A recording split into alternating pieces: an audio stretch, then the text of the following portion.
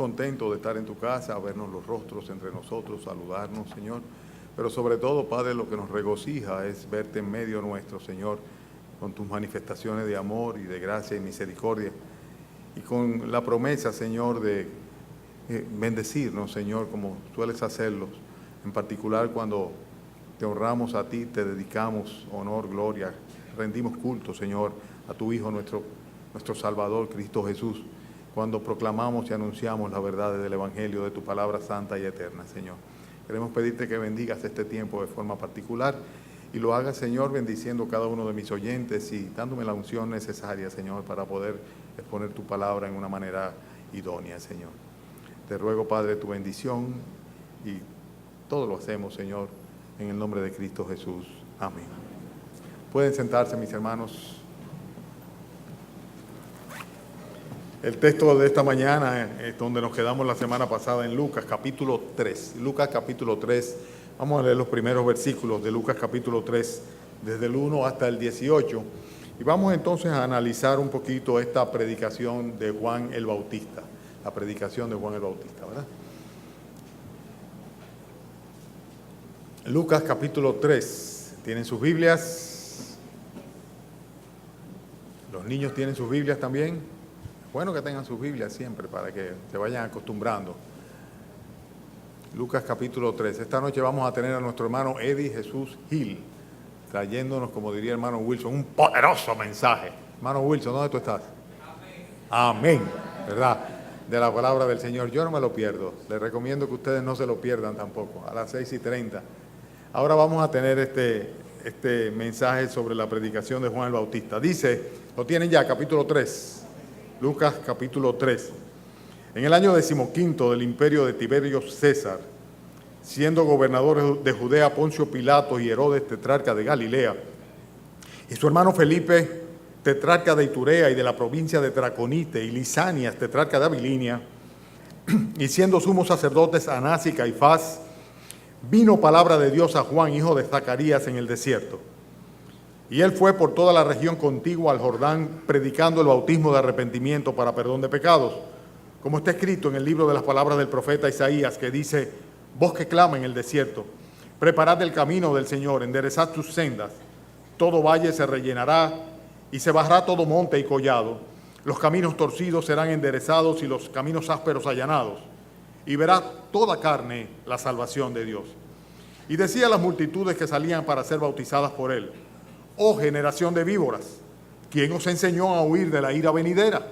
Haced pues frutos dignos de arrepentimiento y no comencéis a decir dentro de vosotros mismos, tenemos a Abraham por padre, porque os digo que Dios puede levantar hijos a Abraham aún de estas piedras. Y ya también el hacha está puesta a la raíz de los árboles. Por tanto, todo árbol que no da buen fruto se corta y se echa en el fuego. Y la gente le preguntaba diciendo, ¿entonces qué haremos? Y respondiendo les dijo, el que tiene 2 túnicas dé al que no tiene, y el que tiene que comer haga lo mismo. Vinieron también unos publicanos para ser bautizados y le dijeron, maestro, ¿qué haremos? Él les dijo, no exijáis más de lo que os está ordenado. También le preguntaron unos soldados diciendo, ¿y nosotros qué haremos? Y les dijo, no hagáis extorsión a nadie, ni calumniéis, y contentaos con vuestro salario. Como el pueblo estaba en expectativa, preguntándose todos en sus corazones si acaso Juan sería el Cristo, respondió Juan diciendo a todos, yo, a la verdad, os bautizo en agua, pero viene uno más poderoso que yo, de quien no soy digno de desatar la correa de su calzado, él os bautizará en Espíritu Santo y fuego. Su aventador está en su mano y limpiará su era, y recogerá el trigo en su granero y quemará la paja en fuego que nunca se apagará. Con estas y otras muchas exhortaciones anunciaba las buenas nuevas al pueblo. Los hermanos que están detrás pueden pasar a sus asientos. Gracias. Dios bendiga su palabra. Adelante, pasen, busquen sus asientos que vamos a esperarles para que podamos entonces concentrarnos todos en la exposición de la palabra de Dios. Aquí en primera fila hay asientos libres. Los que se ponen para atrás para que yo no los vea, les aviso que los veo más fácilmente aquí, digo allá atrás que aquí en la primera fila. El día pasado no sé quién, los hermanos de Argán que estaban aquí, yo les digo, no los vi en la iglesia, y dice, sí, estábamos en la primera fila. Adelante, hermanos, pasen para acá. Bienvenidos sean. En mis años de académico, en una ocasión recuerdo que estuve en unas conferencias en el interior del país, en una universidad, y uno de los académicos que estaba exponiendo, pues, estuvo discursiando durante un tiempo, y a mi lado estaba un decano muy letrado, él, por cierto, el cual tuvo el siguiente comentario. Dice: todo lo que habla es puro cantinflismo. Y esto vino como resultado del hecho de que esta persona estaba hablando y hablando y hablando y hablando y discursiando, y si tú te preguntabas qué era lo que estaba diciendo, era muy difícil discernir o entender de qué estaba hablando. Y el cantinflismo se define en el diccionario como un denominativo que se aplica a aquellas personas que hablan mucho sin decir nada, haciendo referencia a Cantinflas, aquel cómico mexicano, ¿verdad?, Mario Moreno, que en sus películas ustedes recuerdan que siempre tenía un rejuego de palabras, etcétera, etcétera, y al final tú decías, ¿qué fue lo que dijo? Bueno, no se sabe, pero dijo muchas cosas, pero no se sabe qué dijo. Hay algunos predicadores que son así, no solamente, en todos los ambientes. Hay predicadores que tú te pones a verlos, a oírlos, ¿no? Y tú te pones a esperar como que ¿a dónde que van a llegar? ¿Qué es lo que van a decir? ¿Verdad? Y mucho hablar, y a la larga tú dices, bueno, pues no ha dicho nada, en concreto no ha dicho nada. Cuando estaba analizando este pasaje del Evangelio de San Lucas, capítulo 3, que habla sobre la predicación de Juan el Bautista, lo que realmente saltó a mi vista era que en cada una de sus palabras había tanto peso, eran tan importantes. O sea, todo lo contrario al cantinflismo, lo que vemos en la predicación de Juan el Bautista es que era una predicación sin desperdicios. Y se habla en estos términos cuando una persona, todo lo que habla, cada una de sus palabras tiene un peso específico, tiene un significado particular y tiene una coherencia total en el sentido de lo que se quiere comunicar. La predicación de Juan el Bautista, sin lugar a dudas, fue una predicación sin desperdicio. Yo recuerdo hace muchos años, en mis primeros años de predicador, que escuchaba a aquel predicador norteamericano, Billy Graham, a través de la televisión, y me ponía a tratar de analizar su predicación por la efectividad que tenía. O sea, él predicaba grandes multitudes en estadios y las personas venían a conversión, eran llamados a conversión y acudían al llamado a profesar su fe en nuestro Señor Jesucristo en grandes cantidades. Y me ponía a escucharlo y decía, bueno, pero es exactamente lo que yo predico.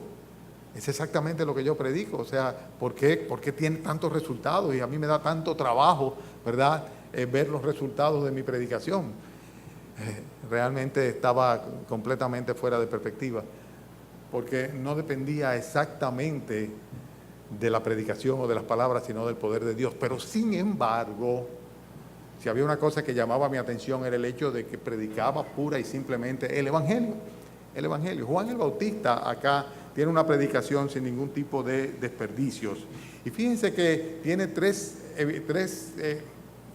énfasis el pasaje que nosotros leímos en cuanto a la manera como predicaba Juan el Bautista. El primero de ellos está en el versículo 3.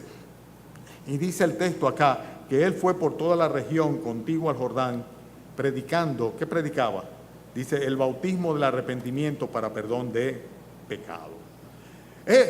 Hay tanto peso en esta expresión de que él estaba predicando el bautismo de arrepentimiento para perdón de pecado, porque estaba enfocado precisamente en el pecado de aquellos que eran sus interlocutores. Y lo primero que nosotros tenemos que ver, que Juan el Bautista lo hizo, y debemos nosotros enfocarlo como prioritario, es el problema que representa el pecado en la vida de los hombres. Si queremos predicar y queremos predicar con eficacia, tenemos que predicar como predicaba Juan el Bautista. En las Sagradas Escrituras aparecen algunos predicadores o profetas de Dios. Recuérdense que Juan el Bautista es el primer predicador o profeta de Dios después de 400 años sin profecía, ¿verdad? Y tiene un ministerio sumamente eficaz y sumamente breve. Inmediatamente Juan el Bautista identifica al Señor Jesucristo como aquel del cual él era el precursor, aquel Mesías esperado, aquel Cristo anhelado. inmediatamente recuérdense que lo vamos a ver la semana que viene. O sea, al final del texto lo dice, fíjense el versículo 19. Dice, entonces Herodes el tetrarca, siendo reprendido por Juan, a causa de Herodías, mujer de Felipe su hermano, y de todas las maldades que Herodes había hecho, dice, sobre todas ellas añadió además encerró a Juan en la cárcel.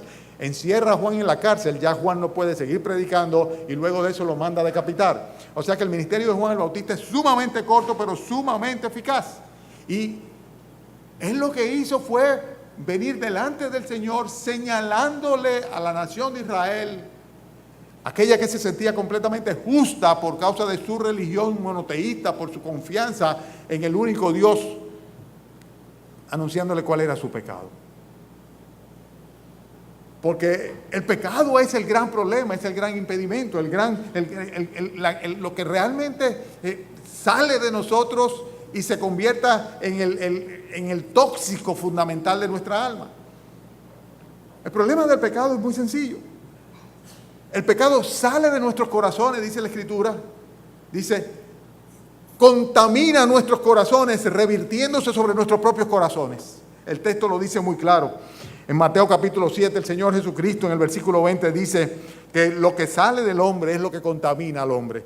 Y dice el versículo 21, porque dentro del corazón del hombre salen los malos pensamientos, los adulterios, las fornicaciones, los homicidios, los hurtos, las avaricias, las maldades, el engaño, la lascivia, la envidia, la maledicencia, la soberbia, la insensatez. Dice, todas estas maldades de dentro salen y contaminan al hombre. Qué interesante, qué interesante. El problema nuestro es el pecado. El problema de nuestra sociedad es el pecado.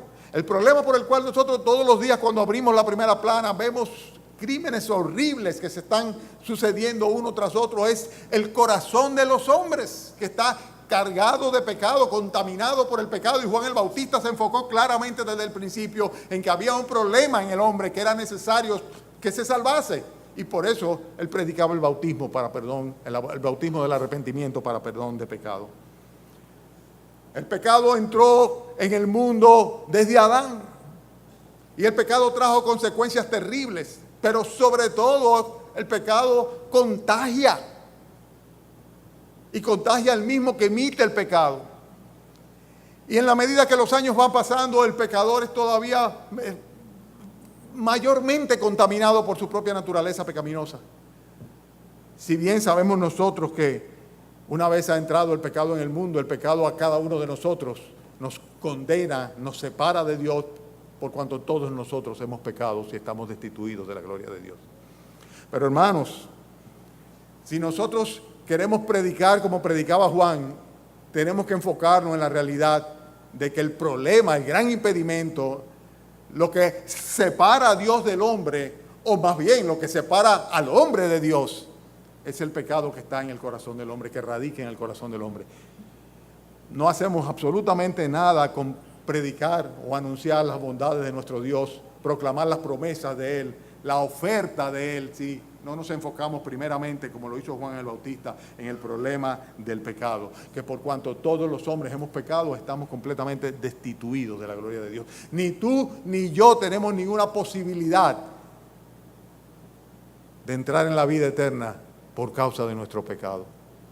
Y Juan el Bautista se enfocó en el problema del pecado y por eso señalaba de una manera directa a cada uno de sus interlocutores, los que se acercaban a él buscando una solución religiosa, le señalaba su pecado. Y cuando se acercaron los fariseos y los escribas, aquellos religiosos que se consideraban justos, le dijo, ustedes no son más que una generación de víboras que están tratando de escapar del fuego, del juicio de Dios, de la ira venidera. Porque ellos estaban tratando de evadir las consecuencias de su pecado, cumpliendo con un ritual religioso de bautismo. Juan se enfoca en eso. Y cuando se refiere al rey Herodes, le dice que no le era lícito tener la mujer de su hermano. Y esto precisamente va a ser lo que va a traer como consecuencia que Herodías incite al rey a decapitar a Juan el profeta en la cárcel. Todo esto con el previo conocimiento y dentro de los propósitos y planes de Dios. El mismo Juan había dicho, es necesario que yo mengüe para que Cristo entonces crezca, para que Él se evidencie. El hecho es, hermanos, que Juan predicaba el bautismo de arrepentimiento para perdón de pecado, porque él sabía que el pecado era el problema. Y el problema tuyo, el problema mío es nuestro pecado, que está en nuestra naturaleza conspicua, está dentro de nosotros. Ese es el problema real. No le busquemos la vuelta por otro lado. El problema nuestro es el pecado. El pecado que sale de nosotros nos contamina a nosotros mismos y contamina toda la rueda de la creación. Es así como sucede. Consecuentemente, él predicaba sobre la necesidad del perdón. El mismo Señor Jesucristo, en una ocasión en la cual estaba enseñando la palabra, decía, antes si no os arrepentís, todos pereceréis igualmente, porque algunos justos pensaban que había unos galileos que eran peores que otros, o que algunos que habían recibido juicio de Dios eran peores que otros. Y el Señor Jesucristo incluye a todos y dice, antes bien si no os arrepentís, todos pereceréis igualmente. Consecuentemente, Juan estaba enseñando la necesidad que había de ser perdonado. Si nosotros no somos perdonados, no tenemos ninguna posibilidad. No hay nadie que sea suficientemente bueno, que no necesite el perdón de Dios. Así como tampoco hay nadie que sea tan malo que no lo pueda obtener. Pero el perdón es una necesidad en cada uno de nosotros porque tenemos un problema de pecado. Y nosotros, por nosotros mismos, somos incapaces de solucionarlo. De ahí la necesidad de que venga alguien, un Salvador, un Redentor, que venga a neutralizar el efecto del pecado en nuestra vida, pagando por nuestras culpas en la cruz del Calvario, Cristo Jesús. Juan no se perdía. Su predicación era una predicación sin desperdicio. Él hablaba necesariamente del problema del pecado, hablaba necesariamente de cómo necesitábamos, valga la redundancia, ser perdonados. Y además de esto, hablaba del requisito para que pudiésemos ser perdonados, y era el arrepentimiento. Y ahí es donde precisamente el orgullo humano tiene un conflicto, tiene un dilema en el arrepentimiento. El Señor dijo, antes bien, si no os arrepentís, todos pereceréis igualmente. Y si tú no te arrepientes de tu pecado, no hay ninguna posibilidad. Y por eso Juan estaba predicando el bautismo de arrepentimiento. El bautismo de arrepentimiento para perdón de pecado. Hermanos, cuando se habla de arrepentirse, la Biblia en el Antiguo Testamento y en el Nuevo Testamento utiliza diferentes vocablos, diferentes términos. En el Antiguo Testamento hay dos palabras básicas que se utilizan, la palabra Naán y la palabra Sub. Y la primera palabra conlleva la idea de cambiar de mente. O sea, yo me arrepiento cuando mi mente cambia respecto a algo. O sea, que yo pienso sobre una cosa como positiva y luego me doy cuenta de que no es así y yo cambio de mente. Y también hay una idea que está implícita también en la próxima palabra, que es la palabra sencillamente como cambio de mente, me doy cuenta de que no es así, entonces yo rectifico o cambio de dirección. Pero en el Nuevo Testamento hay dos palabras que se utilizan en el griego, que es la palabra metanoia y la palabra metamelonai. Y ambas palabras también implican cambio de pensamiento, pero tienen una connotación adicional, que es la connotación del lamento, de la contrición, del dolor que nos produce a nosotros el haber pecado. Y para que haya un verdadero arrepentimiento tiene que haber contrición. Si yo he pecado, yo reconozco el pecado, yo aún me lamento por el pecado, pero realmente no es algo que viene como consecuencia de una convicción interior profunda, pues sencillamente, posiblemente me estoy lamentando de las consecuencias del pecado y no del pecado en sí. Por eso cuando se habla de arrepentimiento, más apropiado es utilizar el término convertirse o volverse, porque la idea que está clara es la de que yo voy en un sentido, hago un freno en mi vida, me lamento de mi condición, me lamento de mi situación, me lamento de mi propio pecado y entonces me vuelvo hacia Dios, me convierto hacia el Señor. Cuando Juan el Bautista estaba predicando, él predicaba sobre el requisito imprescindible del arrepentimiento, el cual no podía salvarse. Por eso él predicaba el bautismo de arrepentimiento para perdón de pecado. Juan predicaba sin ningún tipo de desperdicio. Se iba directamente al problema. El problema es el pecado. Y por el pecado, lo único que nosotros podemos hacer es clamar a Dios para que nos perdone. Necesitamos el perdón de Dios. Y hay una realidad adicional, y es que Dios demanda como un requisito imprescindible un arrepentimiento genuino, un lamento profundo interno por el pecado cometido. Esa era la predicación de Juan, una predicación muy sencilla, muy concisa y muy clara. Pero hay otra cosa más que dice el texto de nosotros. Si ustedes van al versículo 7, dice, y decía a las multitudes que salían para ser bautizadas por él, oh generación de víboras, ¿quién os enseñó a huir? ¿De qué dice? De la ira venidera. La otra parte que incluía la predicación de Juan era ¿cuál? La ira de Dios, la ira venidera. En otras palabras, el juicio de Dios. Si no predicamos la palabra de Dios, incluyendo la realidad del pecado, la necesidad de un arrepentimiento genuino y sincero para obtener el perdón de Dios, si no hacemos eso, y si además de esto no advertimos a los hombres en cuanto al juicio inminente de Dios sobre el pecado, dice que las multitudes salían para ser bautizadas por él. Y él les decía, ¿quién os enseñó a huir de la ira venidera? O sea, Dios va a juzgar este mundo, Dios va a juzgar el pecado y Dios te va a juzgar a ti y a mí también. Y esto es una realidad que nosotros tenemos que ponerla de una manera clara.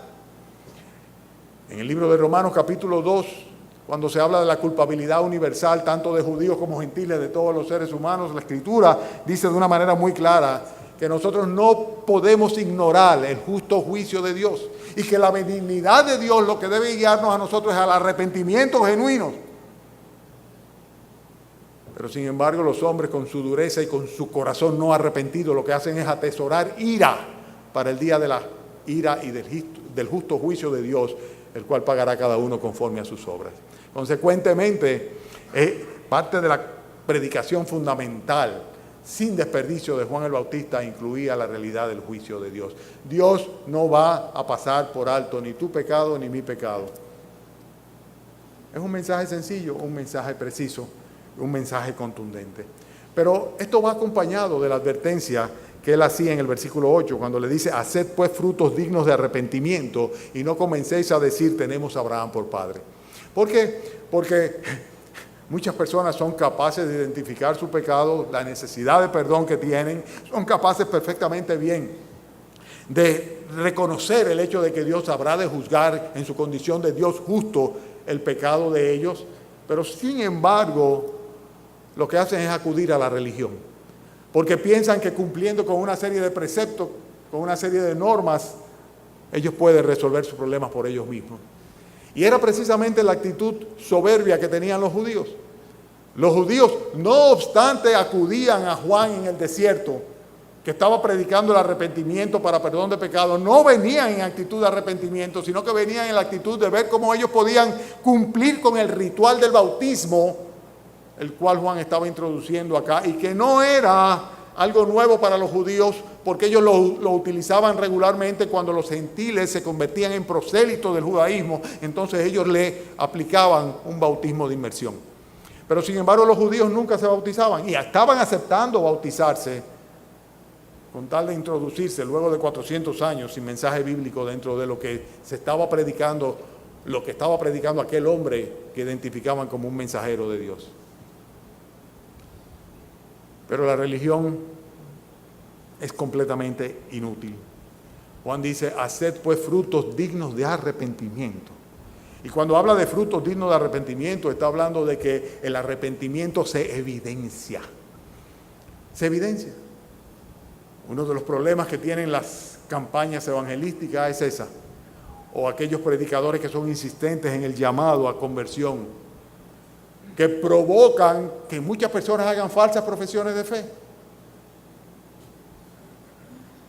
Y luego de eso no solamente los llevan a una falsa profesión de fe, sino que los sentencian, por así decirlo, o los declaran, si queremos decirlo en términos más suaves, como salvos y sanos. ¿Quién lo dijo? Si solamente Dios es quien puede perdonar y Dios solamente es quien puede salvar y Dios solamente es quien confirma mediante su Santo Espíritu la salvación de cada quien. Pero, evidentemente, va a haber un fruto. Va a haber un fruto de ese arrepentimiento. Y Juan, como precursor, estaba diciéndole a ellos, no es suficiente con que ustedes vengan aquí. Ustedes deben tener una actitud de corazón que se corresponda con el lamento profundo que conlleva el arrepentimiento por el pecado. Y esto tiene que manifestarse como con un cambio de actitud. ¿De qué vale que tú levantes tus brazos, que levantes tu mano, que profeses cualquier tipo de oración, si realmente no hay un cambio de actitud en tu vida? ¿Cuál es el afán en decirle, ok, ya tú recibiste a Cristo como Señor y Salvador en tu vida, sencillamente tú no tienes problemas, tú vas al cielo porque el Señor es fiel con su promesa? Bueno, pero ¿quién eres tú para declararlo salvo? Solamente porque recitó una fórmula religiosa. Y aquí nosotros estamos viendo cómo ellos decían, nosotros tenemos a Abraham por padre.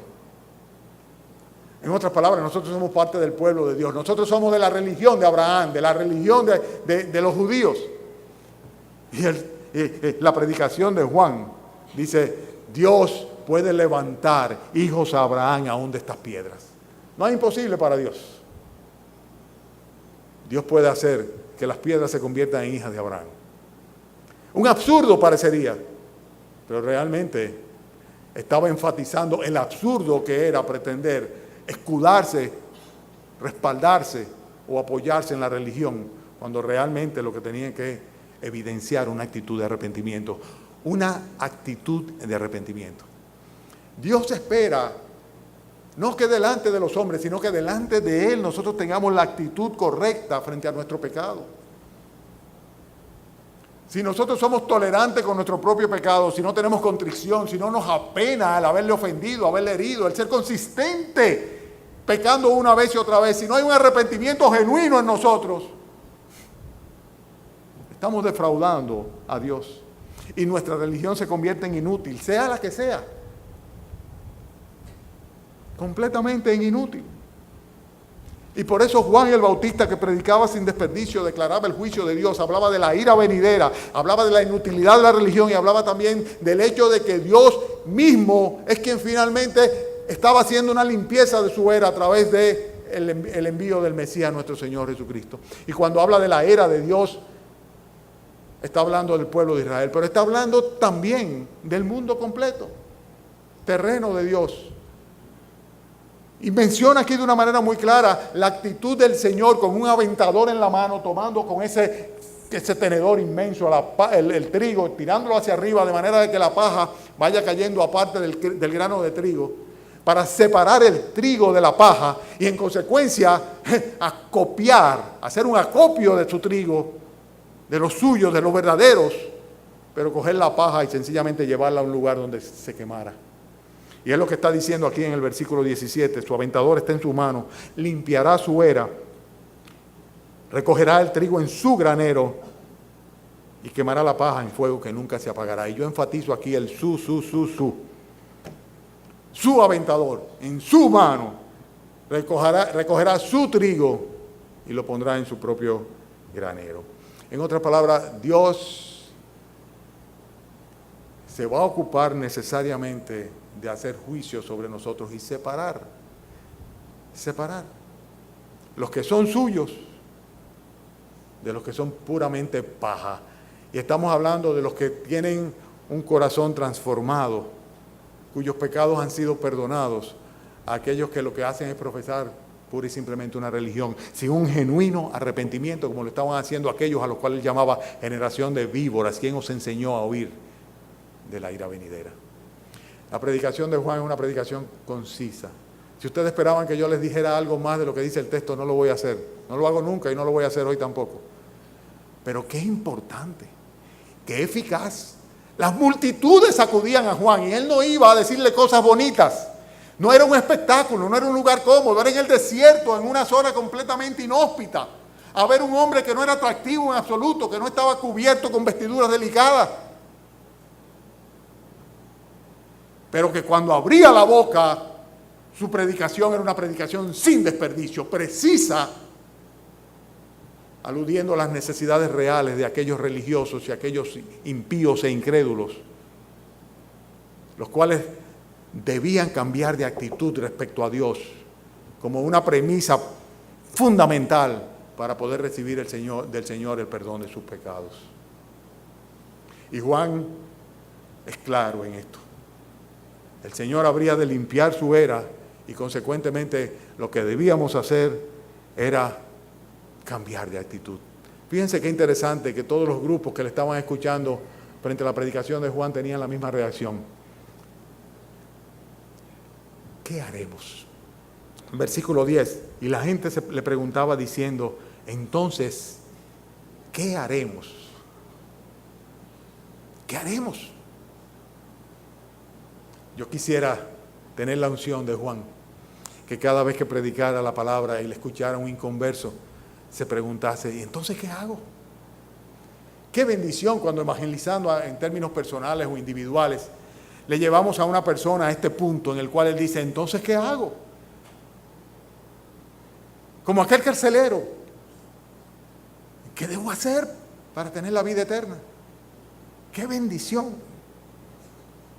Y la pregunta se la formulaba a cada grupo. Decía que venían los publicanos para ser bautizados, versículo 12, y le dijeron, maestro, ¿qué haremos? Y también le preguntaron unos soldados diciendo, ¿y nosotros qué haremos? Porque algo tenemos que hacer frente a esta realidad. Y tú, si no te has entregado al Señor Jesucristo de todo corazón, arrepintiéndote de tus pecados, si tus pecados no han sido perdonados, si no han sido lavados en el bautismo de la sangre de nuestro Señor Jesucristo, entonces tú tienes que hacerte la misma pregunta. ¿Qué hago?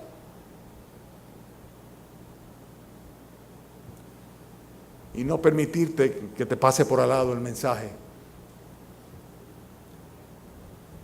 La realidad del juicio de Dios predicado por Juan, anunciado por todos los profetas y esperado por el pueblo de Dios.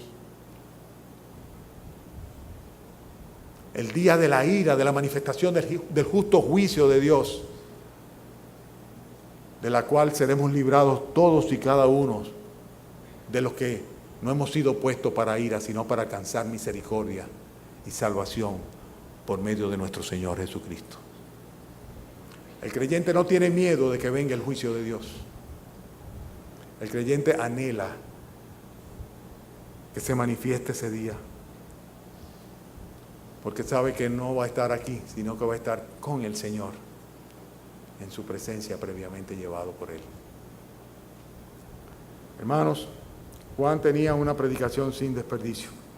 Versículo 3 dice que él predicaba el bautismo de arrepentimiento para perdón de pecado. En el versículo 7 decía a las multitudes, ¿quién os enseñó a huir de la ira venidera? Y en el versículo 18 vemos cómo se resume lo que Juan estaba haciendo cuando dice el texto aquí que con estas y muchas otras exhortaciones anunciaba ¿qué cosa? Las buenas nuevas al pueblo. El primer predicador nuevotestamentario del Evangelio de nuestro Señor Jesucristo fue Juan. La palabra aquí, buenas nuevas, es evangelizo, el Evangelio, precisamente. Juan fue el primero en predicar el Evangelio, las buenas nuevas, presentó al Señor Jesucristo como el Cordero de Dios que quita el pecado del mundo. Ese es el Evangelio, esa es la buena noticia. Aquí está el Cordero de Dios que quita el pecado del mundo. Juan predicó sobre el poder del que vendría detrás de él. Dice, viene tras de mí uno del cual yo no soy digno de desatar encorvado la correa de su calzado. Dice, ese que viene detrás de mí es más poderoso que yo. Lo dice en el versículo 16 de una manera muy clara. Dice de que no soy digno de desatar la correa de su calzado. No pongan mis ojos en mí. Observen aquel que viene, del cual yo estoy hablando y al cual estoy anunciando, nuestro Señor Jesucristo. El mensaje de Juan estaba centrado en la persona de nuestro Señor Jesucristo y en la obra de nuestro Señor Jesucristo, la cual se basa en el poder que Él es propio en su condición de Dios hecho hombre. No fue un hombre cualquiera, era Dios encarnado, aquel que dejó su gloria, su trono, al que compartía desde la eternidad con el Padre para venir al rescate de aquello que se había perdido, tú y yo, nuestro Señor Jesucristo. Consecuentemente, Él estaba predicando el bautismo en Espíritu Santo y fuego que el Señor Jesucristo habría de traer. Fíjense cómo le dice en el versículo 16, Él os bautizará en Espíritu Santo y fuego. El bautismo de Juan con agua simbolizaba la limpieza de pecado, o sea, el lavamiento de los pecados. Era simbólico, pero se proyectaba hacia el futuro, o sea, en una actitud determinada ante aquello que habría de venir. Por eso le decía, hagan frutos dignos de arrepentimiento. Su mensaje se ajustaba perfectamente bien a la necesidad de un cambio de actitud. En este caso nosotros vemos que el bautismo de Jesús es otra cosa. Habla de un bautismo con fuego. Y esto implica un bautismo que va a tener el poder necesario para que una persona bautizada por el Espíritu Santo pueda llevar a cabo la voluntad de Dios en su vida. Esto implica una idea de juicio por parte del Espíritu Santo sobre aquellos que rechacen también a este Mesías, a este que vendría detrás de Juan, aquel que tiene el poder para juzgar a vivos y muertos y que bautiza con Espíritu Santo y con fuego. Consecuentemente, el bautismo de Juan esperaba la venida del Mesías. El bautismo que nosotros practicamos hoy día en el cristianismo, lo que hace es que mira hacia atrás, o sea, mira hacia la obra terminada de nuestro Señor Jesucristo en el Calvario. Cristo vino, el Cordero de Dios vino a morir en una cruz para quitar el pecado tuyo, el pecado mío, echarlo a un lado, ocultarlo de la vista de Dios, para perdonar nuestros pecados. Y hacia Él es que debemos dirigir nuestra mirada. Hacia Él es que debemos dirigir nuestra súplica. Delante de Él es que tenemos que postrarnos en una actitud de arrepentimiento total. Porque lo que nosotros necesitamos es la salvación. Y esta salvación solamente proviene de Dios. En el versículo 6 dice, y verá toda carne la salvación de Dios. Y verá toda carne la salvación de Dios. Esa era la misión de Juan el Bautista, anunciar que vendría el Mesías. La única provisión dada por Dios para que podamos escapar del juicio venidero, para que nuestros pecados puedan ser perdonados y nuestras almas salvas por una eternidad. No hay más de una opción. Hay un solo Dios y hay un solo mediador entre Dios y los hombres, Jesucristo. Él es el Salvador de todos los hombres, mayormente de los que creen. Consecuentemente, esto es lo que debemos predicar y esto y solamente esto es lo que debemos creer para obtener la salvación del Señor. La pregunta es la siguiente. Este mensaje tan sencillo, único, suficiente, preciso, ¿lo has entendido tú? ¿Lo has recibido tú? ¿Lo has aceptado tú? ¿Te mueve a una contrición genuina, a un arrepentimiento y a clamar a Dios por la salvación? Porque si es así, mi predicación en esta mañana también ha sido una predicación sin desperdicios. Si no, de poco ha servido. Vamos a orar. Padre, gracias, Señor, por el poder que hay detrás de tu palabra. Y gracias, Señor, por la salvación que gratuitamente, inmerecidamente, injustamente inclusive, Señor, nos concedes en Cristo Jesús.